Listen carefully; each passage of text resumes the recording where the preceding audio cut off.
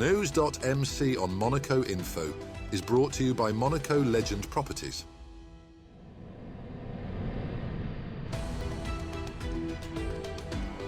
Bringing you news on Monaco's economy, culture, sports and more. Welcome to NEWS.MC, your English rendezvous on Monaco Info. Coming up on NEWS.MC, discover past week's top stories and meet the people who make Monaco. Hi, my name is David Massey. I'm the tournament director of the Monte-Carlo Rolex Masters, and you are watching NEWS.MC on Monaco Info. What's been making headline in the past week? Kirsty Coventry was elected as the new president of the International Olympic Committee on March the 19th in Greece, in the presence of His Serene Highness Prince Albert II of Monaco. A former Olympic swimming champion and Zimbabwe's former sports minister, Coventry becomes the first woman, the first African, and the youngest person to lead the IOC. Her landslide victory, with 49 of 97 votes, signals a historic shift in global sport leadership. Despite some controversy over outgoing President Thomas Bach's alleged influence, Coventry's election is widely seen as a win for both continuity and greater diversity. Her experience as an athlete and policymaker brings a fresh perspective to the role at a crucial moment for the Olympic movement. National Council President Thomas Brezzo represented Monaco at the European Conference of Presidents of Parliament in Strasbourg on the 21st of March, a major gathering hosted by the Council of Europe that brought together over 60 parliamentary leaders and 400 delegates. The conference focused on defending democratic institutions amid growing challenges, including rising hate speech, political polarization, and threats to public officials.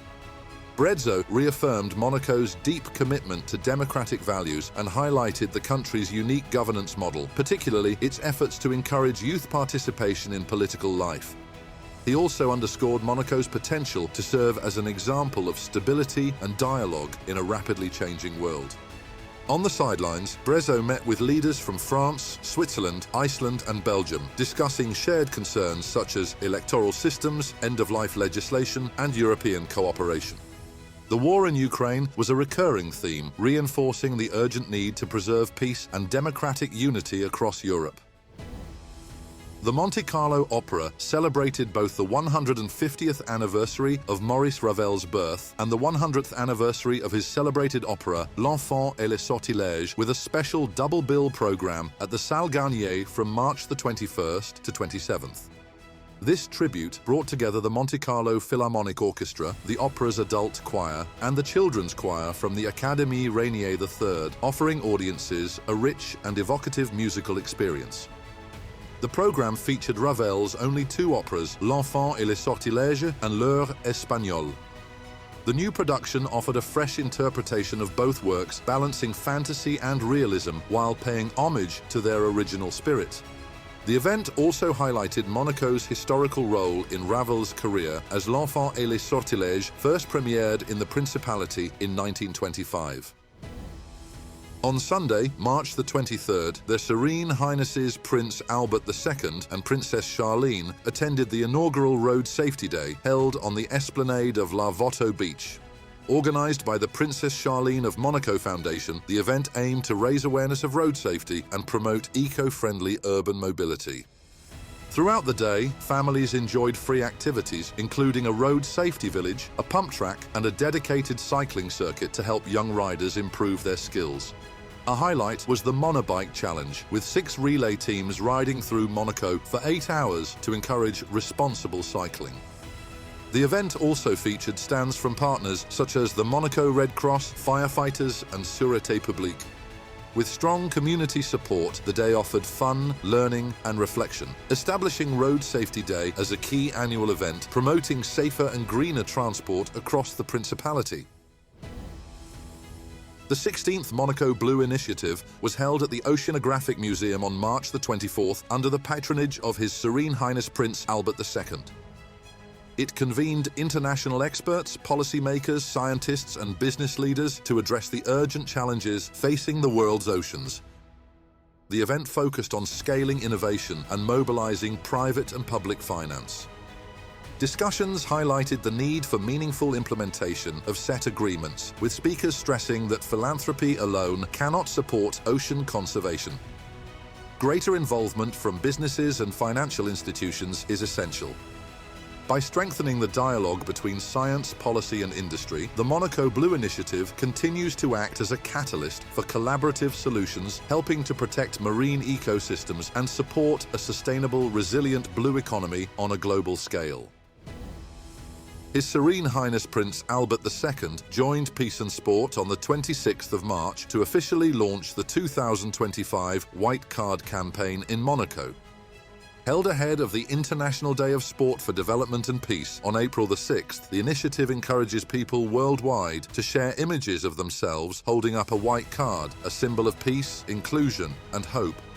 This year's campaign focuses on the 460 million children living in conflict zones, underlining sport's potential to rebuild communities and support education.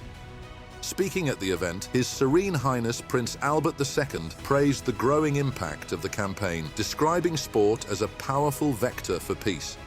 He was joined by Peace and Sport President Joël Bouzou and several champions for peace, including Zakia Koudadadi and Maro Engel. The French Navy's multi-mission vessel BSAM Loire made a 3-day port call in Monaco from March the 25th, offering a unique insight into France's maritime capabilities. His Serene Highness Prince Albert II joined dignitaries and the public aboard the 70-metre, 3,000-ton ship, which is known as the Swiss Army knife of the French Navy for its versatility.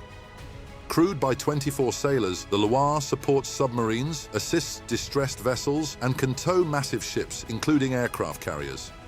Primarily serving the Mediterranean, the vessel patrols from Menton to Perpignan as part of France's regional maritime operations. Its Monaco stopover highlighted cutting-edge naval technology and reinforced the Principality's close ties with the French Navy. The Roca team narrowly escaped defeat against Žalgiris Kaunas on the evening of Tuesday, March 25th, forcing overtime before securing a hard-fought 96-86 victory led by standout performances from Mike James and Eli Okobo. Despite a last-second scare from Sylvain Francisco, Monaco held their ground in extra time, earning their 19th EuroLeague win of the season and maintaining their position in the top 4. With 3 games remaining, Monaco now prepares for a crucial showdown against Olympiakos in Greece, followed by clashes with Panathinaikos and Asvel to close out the regular season. The Roca team pulled off a major upset on Thursday, March 27th, defeating EuroLeague leader Olympiakos 77-80 in a thrilling showdown. Despite a shaky second quarter, Monaco regained control in the final minutes, led by Jaron Blossomgame's 18 points and Mike James's 12 assists. With this 20th win, Monaco secured a spot in the quarter-finals, reinforcing their position in the EuroLeague's top 4. Next up, our exclusive interview with the personalities making the Principality. Hi, my name is David Massey. I'm the tournament director of the Monte-Carlo Rolex Masters. I am actually British by passport, but I was brought up in Mallorca in Spain, so the same island as Naval as it happens. And so I spent my youth there, and then I went to boarding school and then university in the UK, and I studied Hispanic studies. I got introduced to the press officer of the Mallorca Open, a tennis tournament in Mallorca. This was in 1999, and so I worked at that tournament, and I encountered the ATP Tour. They came to the tournament, as they always do, for the competition, and I met the ATP there. And they said, when you finish your studies, please consider joining the ATP, which I did. And after that, I was given the choice or the opportunity to join the Rolex Monte-Carlo Masters and work for that tournament, which I've been doing so since October 2021. I agreed to do the job without ever visiting, and there was one person leaving the ATP. I took his position in the office and his apartment and all of his furniture. And so it was quite a coincidence that I had never been to Monaco before that, but I love the idea. It's similar to Mallorca, where we're in the Mediterranean coast. The weather is delightful year round, and so I immediately felt at home here. And as a little anecdote, when I moved here, I met my wife within the first 2 weeks. Since been married and 3 kids, so it moved very fast. So the Rolex Monte-Carlo Masters is the oldest clay court tournament in the world, even older than Roland-Garros because of the surface. It has always been a big tournament, as you said, it's always been a big tournament. And what really happened recently was the evolution. I think we can mark the 1990s, the creation of the ATP Tour. It's like the Super 9, they used to call it, the Mercedes Super 9. In our case, it's very competitive because we have a smaller draw. We have a 56 draw that says 56 players, very intense from the very first round because the opponents are all ranked within the top 50 in the world. So it's extremely difficult to win the tournament. And against some of the very best players in the world, like Roger Federer played the final, Novak Djokovic. Djokovic won the tournament already twice, but you know, a lot of competition there with the best players of an amazing era. It just shows you that what it means to win this tournament. When you look at Prince Albert's attendance at the tournament, his interaction with the players, that's stuff that we live for. And it made me think about how emotional Prince Albert was when Charles Leclerc won the Monaco Grand Prix last year, just how involved Prince Albert is in sport. And that it's a big driver for us as a small team working around for this event, knowing that sport is important to the Principality and to the Prince. Our partners tell us very often that they find it very easy to invite people, no matter where they are in the world, to come to the Rolex Monte-Carlo Masters. And it's a combination of coming to the tournament and to the Principality. You know, we've had anecdotes of guests coming from very far, whether it's United States or Australia. They come to the tournament and they absolutely love it here. And our partners, receive a lot of guests, and they receive them in some of the best conditions possible in sport. I would say it must be one of the best invitations that our partners are able to offer across many, many events of the year, but it really stands out as one of the very best on tour. Again, it's a massive privilege to be, one, living in Monaco, but also working for such an event which belongs to Monaco. And so I always feel incredibly proud to do that on behalf of Monaco. Leaving the ATP Tour after 20 years was not an easy decision to make. I love my time at the ATP Tour, but having the chance to work for the Monte-Carlo tournament was just not a chance I wanted to miss. A lot of players are actually resident in Monaco year-round, and they love it here. Just like other sports with Formula One drivers, there's many different sports where cyclists are here.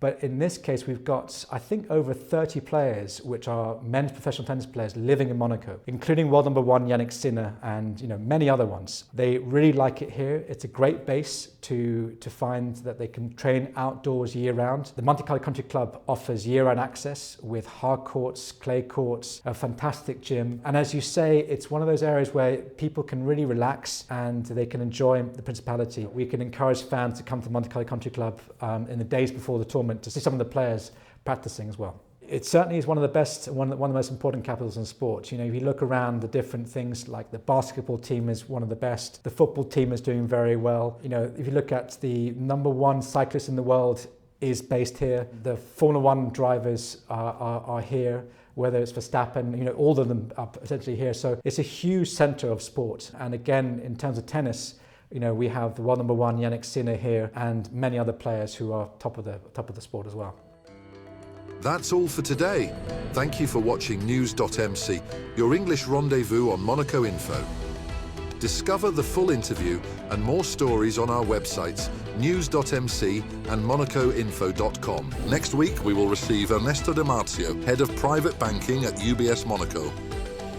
This show is intended to provide a summary of the past week's top stories for the English-speaking audience. For daily and real-time news updates in English, please visit news.mc and subscribe to our free daily newsletter.